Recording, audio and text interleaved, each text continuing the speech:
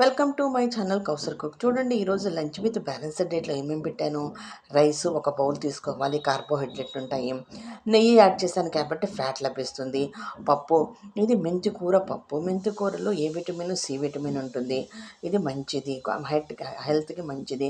పప్పు ఉంది కాబట్టి ప్రోటీన్ లభ్యమవుతుంది. ఇది పాలకూర, తోటకూర రెండు కలిపి చేసిన కర్రీ అండి, అంటే ఫ్రై. ఇందులో ఏ విటమిన్, ఫైబర్ ఉంటుంది, సి విటమిన్ కూడా ఉంటుంది.